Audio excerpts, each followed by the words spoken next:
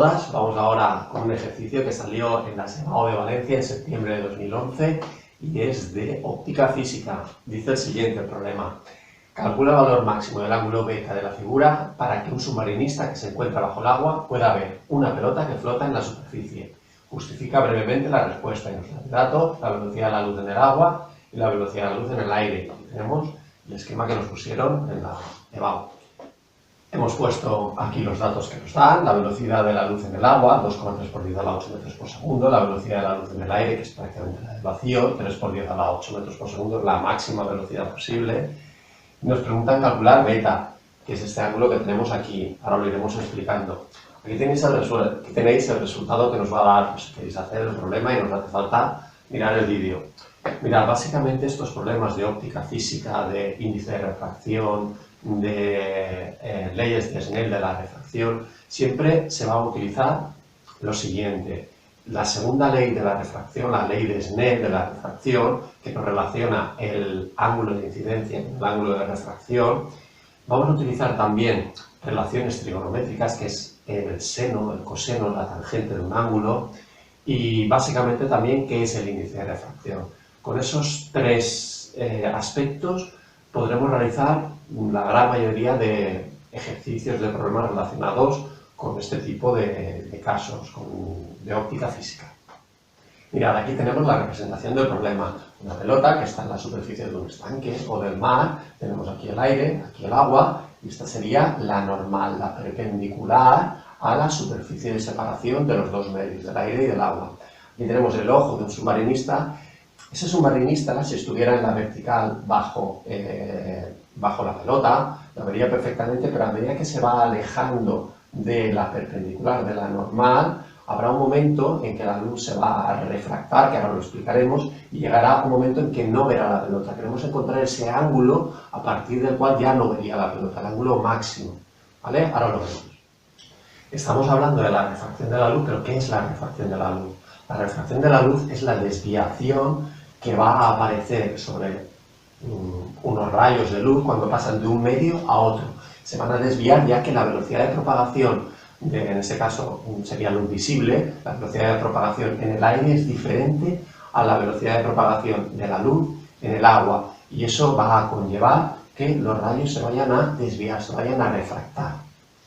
Para hacer el problema vamos a tener que tener en cuenta las leyes de la refracción, realmente la segunda ley de la refracción. La primera ley de la refracción nos dice que el rayo incidente, que sería este que tenemos aquí en azul, el rayo refractado, que sería el que tenemos en verde, y la normal están en el mismo plano, es decir, en este caso en el plano de la pizarra.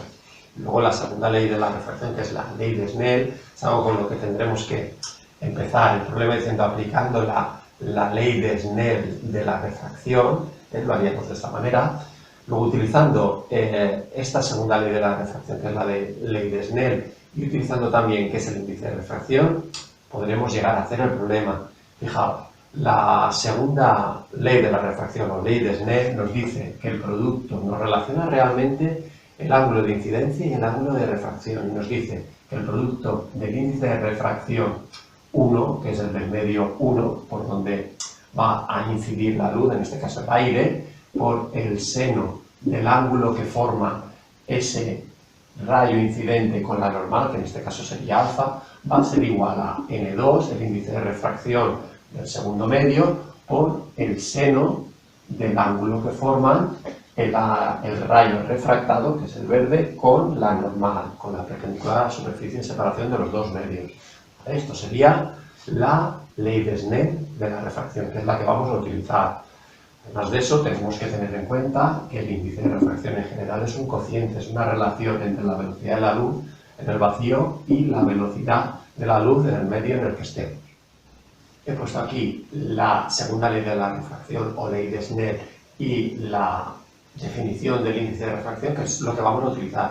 Fijaos también que el índice de refracción siempre será un cociente mayor que 1, la velocidad de la luz C, 3 por 10 a la 8, es la mayor posible, la velocidad de la luz de esa onda electromagnética en otro medio siempre va a ser menor, luego este número siempre es mayor que este, el índice de refracción siempre va a ser mayor que la unidad.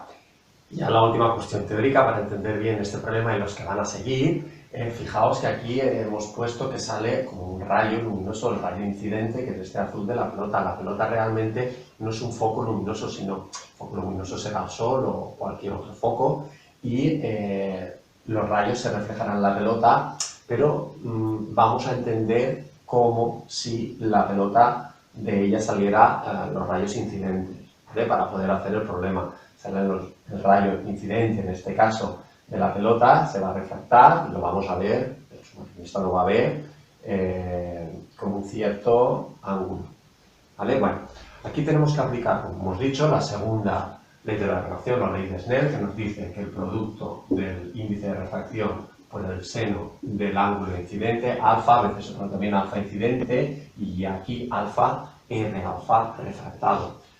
N1 por seno de alfa es igual a N2, el índice de refracción en el segundo medio, por el seno de beta, que es el ángulo que forma el rayo refractado con la normal. Vale, ya tenemos la segunda ley de la refracción, o ley de Snell, y nosotros también sabemos que el índice de refracción es el cociente entre la velocidad de la luz y la velocidad de la luz en el vacío y la velocidad de la luz en un medio determinado.